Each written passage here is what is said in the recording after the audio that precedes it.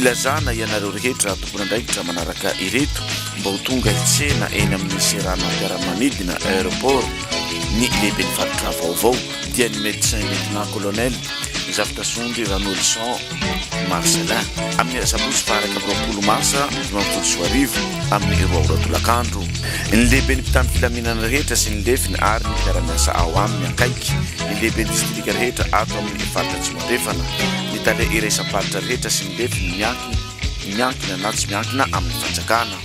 ny tale-paritra rehetra sy ny lefiny miankina na tsy miankina amin'ny fanjakana ny lehiben'ny sisiko rehetra ato amin'ny faritra Tsimandrefana ny médecin inspecteur rehetra ato amin'ny faritra Tsimandrefana ny lehiben'ny tetikasa rehetra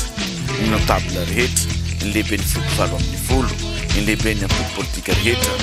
ny lehiben'ny fiarahamon'ny pirenena rehetra société civile koa mankasitraka atsika rehetra sady manantena ny fatokavantsika rehetra saotra mialoha tompoko